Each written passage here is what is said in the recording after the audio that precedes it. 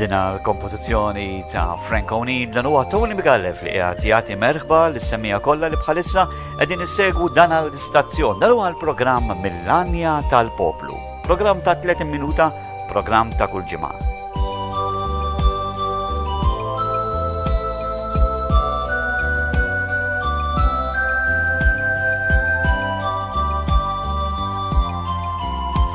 Jekk qed tisimgħuna l-ewwel darba, nroddulkom ħajr li għażiltu dawn l-frekwenzi. Nitamaw li nkunu kumpanija tajba xulxin tul dawn 30 minuta li għandna hawnhekk għad-dispożizzjoni tagħna.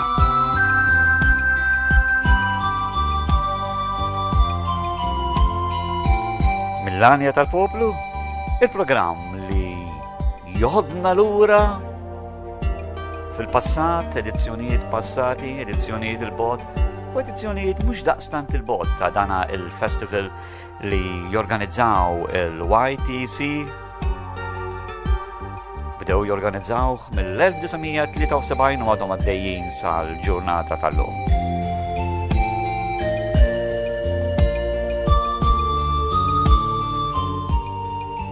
Ħaniftħu dana il-programm b'kanzonetta li ser tiġi esegwita minn Philip Vella. Il-kliem huma ta' Mario Fenek Caruana li kompona ħafna kompożizzjonijiet kemm għal dan il-festival u anke għal festivals oħrajn. Il-mużika hija ta' Mari Louise Vella. Smajna l-Philip Vella il-ġimgħa l-oħra u llum ħanerġgħu nisimgħu lil Philip Vella jipprotesta u propju it-titolu ta' din id-diska hija Il-protesta oriġinali bħal dejjem Philip Vella.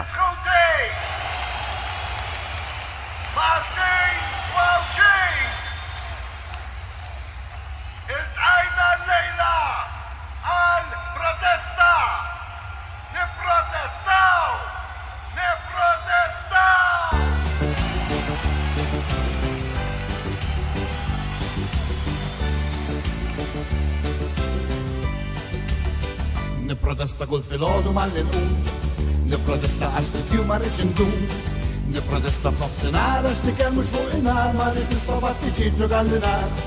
Nipprotesta kontra l-kaċċa kontra s-sajt, nipprotesta tal-ġara tal-tħajt, ma naqbilx mal-istatut, ma rridx noħroġ fuq mill-but biex ta' fuq ikompli jerda lill-batut. Kartelluni kontra re, propri tu kafe. Xi kultant kif ngħidu iva ngħidu le.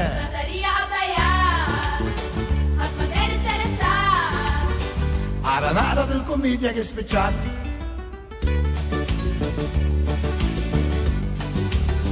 Nipprotesta kontra l-ġenna u l-infern, nipprotesta kemm favur kontra l-gvern. Ma rrid naqlef għal-kurrent, ma rrid nagħmel xemplament, lest li nibqa' għomri kollu dissident. Nipprotesta kontra x-xita u kontra r-rad, nipprotesta kontra l-ġuħ kontra l-qad. Ma naħdilx it-teatrin, ma nemmix bil-qaddisin, jilla xaleb baxellu qasma l-nin.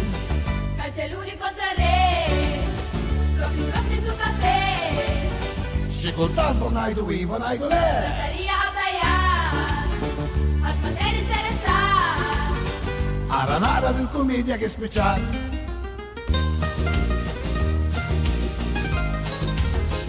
Nipprotesta kontra l-eprem ignorant, nipprotesta kontra l-vizzi tal-brigant.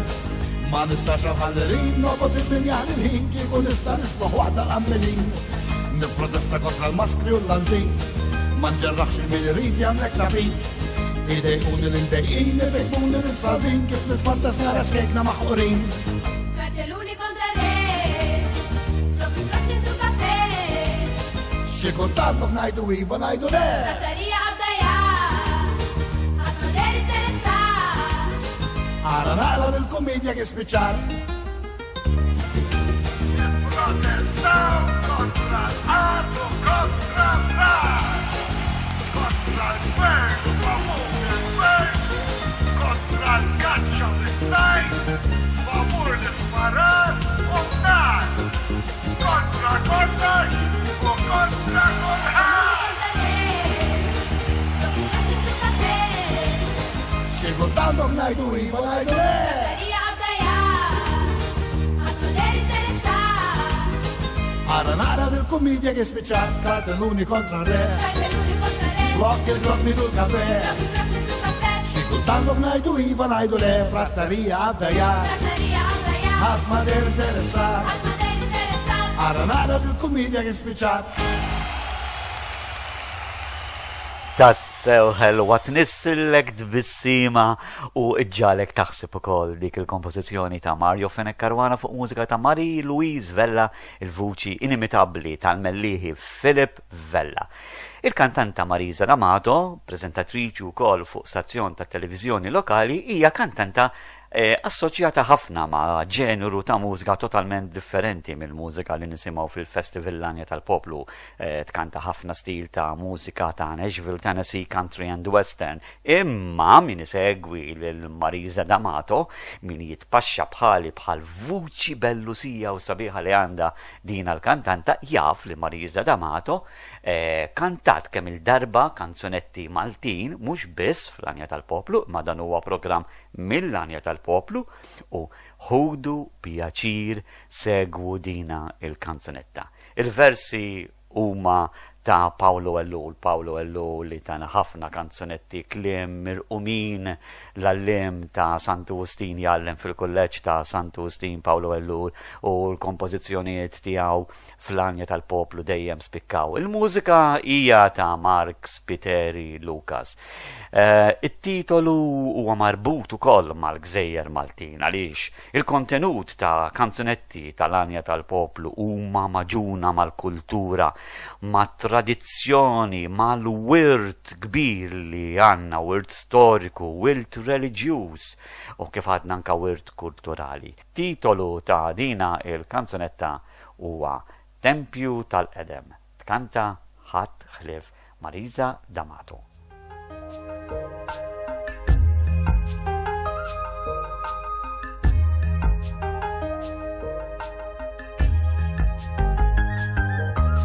Nixtieq li nidħol narrex tempju jbaqbaq bin-niri u nintasa bħal-kub tejja talbi joħloq kull imkien kemm għatew missierijietna meta kienu miġburin maqda sbir li jagħti qima lill-allate fuq redin fit-taniet ta' dirajn bisna emmu bija wċuħ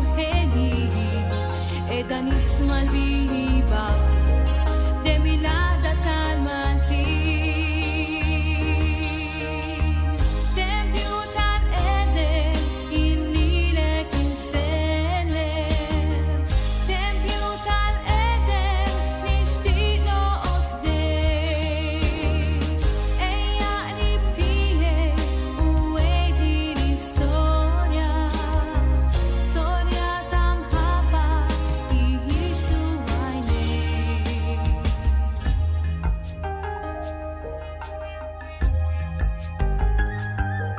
tfajla ħelwa offrit ruħa biex il-narta ta' tiġi u tinħaraq fuq il-midba kien tija kemm uġi dan għamlitu biex lil-Malta tara ħilsa mill-kuxki kienet lesta xerredem tal-imħabba ta' tiħi.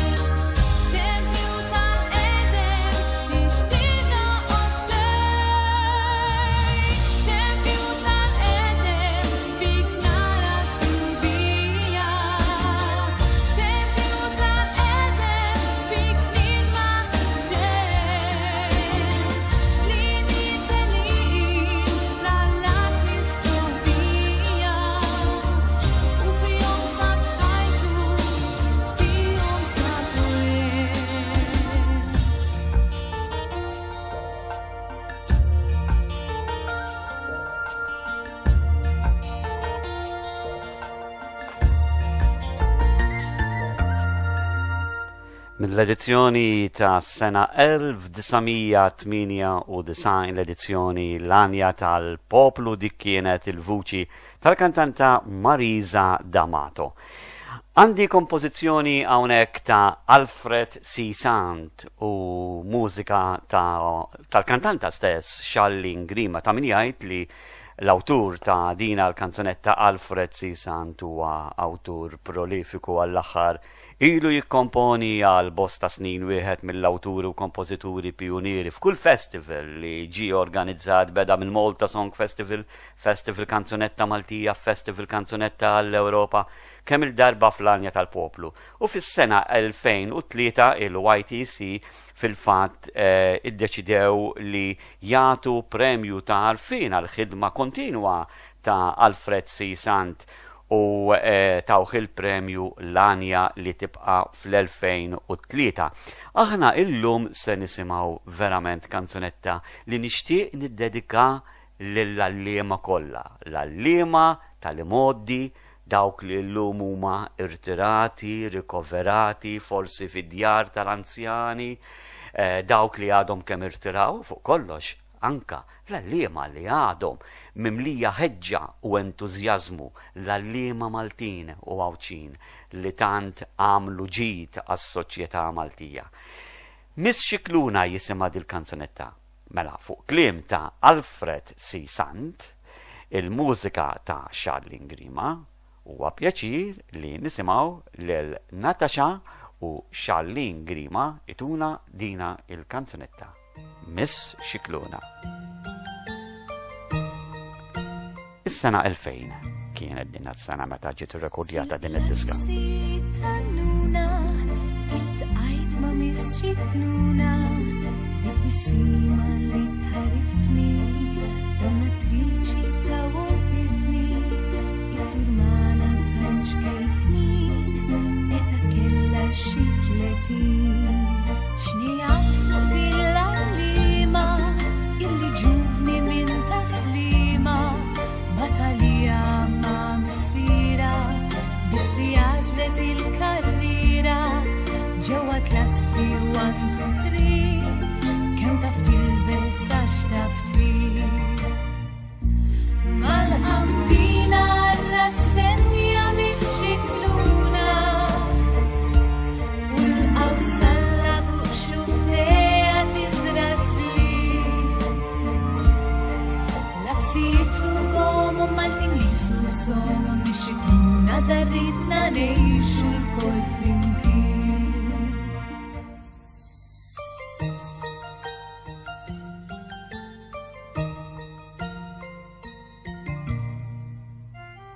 Jitħassnu l-Miss Xikluna min għajnejhom stajt tinruna, u anki ommi smajt tinkwieta għax lik m'għandix lulida ta' fejn żewġa tistennih tibqa' waħedha daqt ixxir. Klassi telet magħna kienet ħobb ġajt ferħana, tirraġuna bil-innoċenza bl-ebda kejn dik il-paċenzja, u kantajna l-indijiet u premijiet nar il-miliet. Mal-qambina rassenja Miss Xikluna, u l-qawsalla fuq xufteja tiżrasli.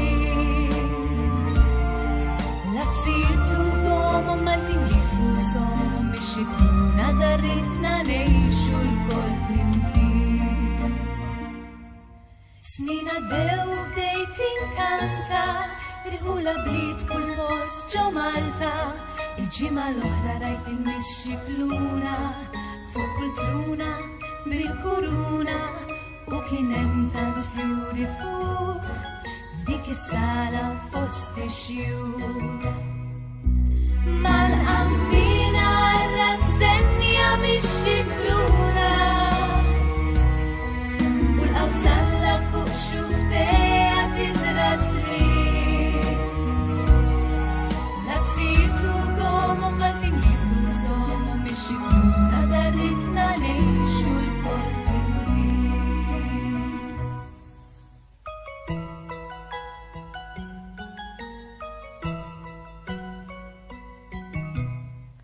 verament diska kiebi għamma sabiħa b'messaġġ u aħna hawnhekk nerġgħu nieħdu pjaċir niddedikaw dik il-kanzunetta lill-allima Maltin u Għawġin kollha. Dik kienet meħuda mill-Festival Lanja tal-Poplu tas-sena 2000, kliem ta' Alfred Sisant, mużika tal-istess Charlene Grima. Fis-sena 2000 Paul Ellul li aktar kmieni f'din l-edizzjoni smajna diġà kompożizzjoni tiegħu tana il-kanzunetta It-tfal tal-lum. Il-mużika kienet ta' kompożitur ukoll li ta' ħafna kontribut lil kanzunetta Maltija, relattivament żagħżugħ Xan Vella, preżentatur ukoll ta' programmi ta' diski Maltin fuq l-istazzjon nazzjonali. It-tnejn flimkien taw il-kanzunetta lil Glenn Vella u lil Eleanor Kassar, żewġ kantanti li żgur m'għandhom bżonn l-ebda introduzzjoni. Fil-fema tiegħi il-kimika ta' bej Glenn Vella u Eleanor Kassar f'din id-diska kienet kimika perfetta, armonija assoluta. U nuħdu pjaċir li nisimaw dina il-kanzunetta kif għadna meħuda mill-edizzjoni l-Anja tal-Poplu tas-sena 2000. It-tfal tal-lum, Glenn u Eleanor. Waqt il-programm mill-Anja tal-Poplu miegħi Tony Mikallef.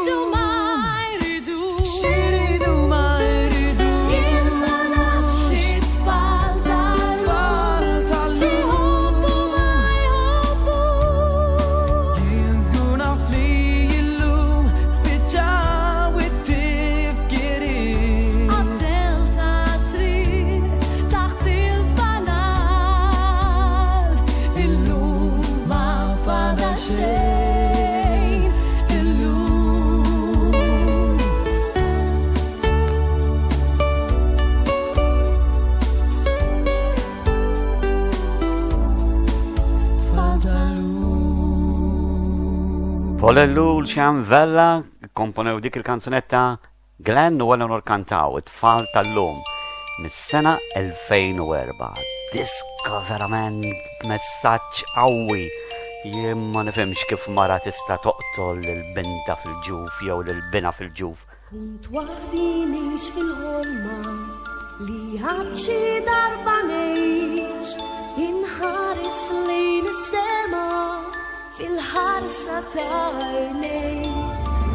Kunt ma illi ftaħtli il-biba tal-ġejjien tkun xinti li tiċħadli iġrit li nkun liħi wellitni ma wellitni jinħlejqet il-mulej wellitni ma wellitni ħaddanni ma ħaddej għallimni ma għallimni l-imħabba ta' bejn tnejn wellitni ma wellitni toqtolni mnejn sa fejn.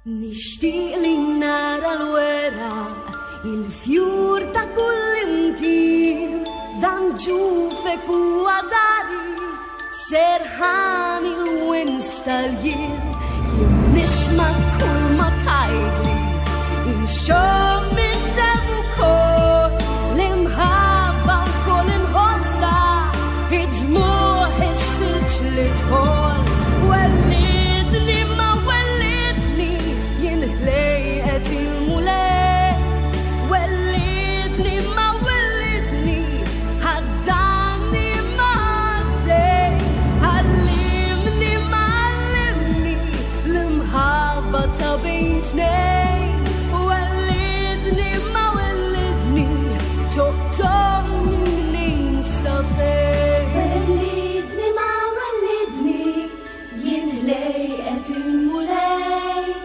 wellidni ma wellidni ħaddanni ma ħaddej wellidni ma wellidni jinħlejqet il-mulej wellidni ma wellidni ħaddanni ma ħaddej għallimni ma għallimni l-imħabba ta' bejn tnejn wellidni ma wellidni toqtolni mnejn sa fejn.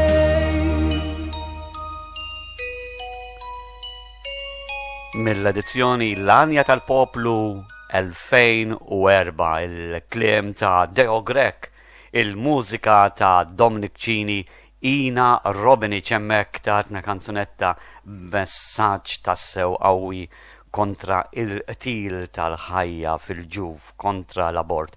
U eżis semmija wasanna fil-edizzjoni fit-tmim ta' dina l-edizzjoni ta' dan l-programm, it-tielet edizzjoni mill-Anja tal-Poplu. Il-ħin itil meta nkun wara l-mikrofonu fil-kumpanija tagħkom nittama li intom ukoll rajtu ħitil dak ifisser li tkunu ħadtu gost issegwu dana il-għana li għandna verament il-kanzunetta Maltija kapaċi twassal messaġġ bl-irsien mirqum u meta jkun fidejn awtur tajjeb u anka fidejn kompożitur tajjeb verament il-messaġġ joħroġ tassew effikaċi. Jekk ħadtu gost issegwu dawn id-diski, jekk ħadtu gost issegwu dan il-programm, kull ma tkom tagħmlu huwa li tagħmlu appuntament ieħor miegħi Tony Mikallef jekk Alla jrid dejjem għal bħallum ġimgħa. Fl-istess ħin, fl-istess post, fl-istess stazzjon, fuq l-istess frekwenzi.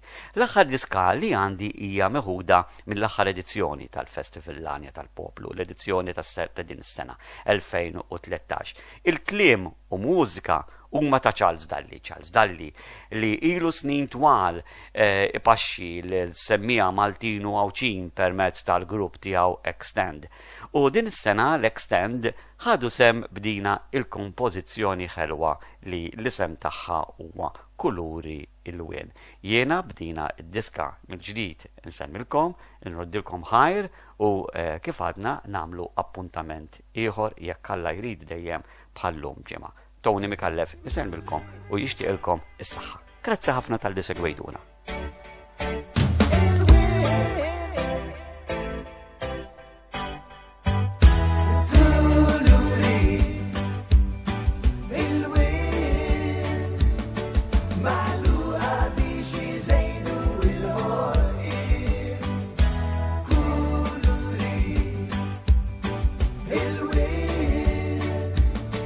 il-ġabal sabħal għaw sallana kullimkien.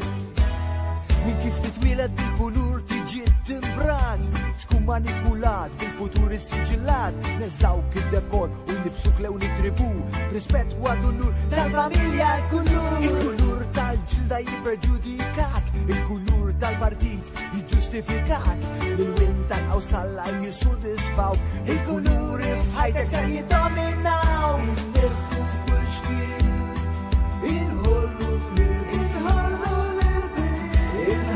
l-win, jisebbu l-ħolqin, kuluri, il-win, maħluqa biex jizejnu il-ħolqin, kuluri, il-win, il-ġabal sabħal għaw sallana kullimkien. Kull għazla li namlu jinfluenzaw, kull ma nilbsu u niklu il-kullu naraw, u meta fuq ħaddieħor il-lentana ninfurzaw, ħajjitna jispiċċaw biex jirrovinaw. Min wien ikkanġu ma' kull riħ ta' bidla, il-kuluri jitħamġu ma' kull tama ta' fidwa, asma kbira fil-kuluri, asma fl-idejat, asma kbira fil-kuxjenza bla kulur diżonorat. Nirku kull xkien, inħollu inħallu l-win, jisebbu l-ħolqin, kuluri, il-win, maħluqa biex jizejnu il-ħolqin, kuluri, il-win, il-ġabal sabħal għaw sallana kullimkien. Isserħu, iferħu, jipaxxu lajnejn, x'armonija xi ġmiel samma ninqasmu fit-tnejn, il-kulur jiddardar għal-kemm ċar naraw, il-wien mudla ma jibdew jisfumaw. Inħollu niktajjen u ninżaw il-maskri, nitolbu l-futur, ikun bla kulur, ingawdu l-wien ta' kull arfien, maħsuba biz biex jisrebu l-ħolqien. Nirku kull xkien, inħollu l-win, jisebbu l-ħolqin, kuluri, il-win, maħluqa biex jizejnu il-ħolqin, kuluri, il-win, il-ġabal sabħal għaw sallana kulli.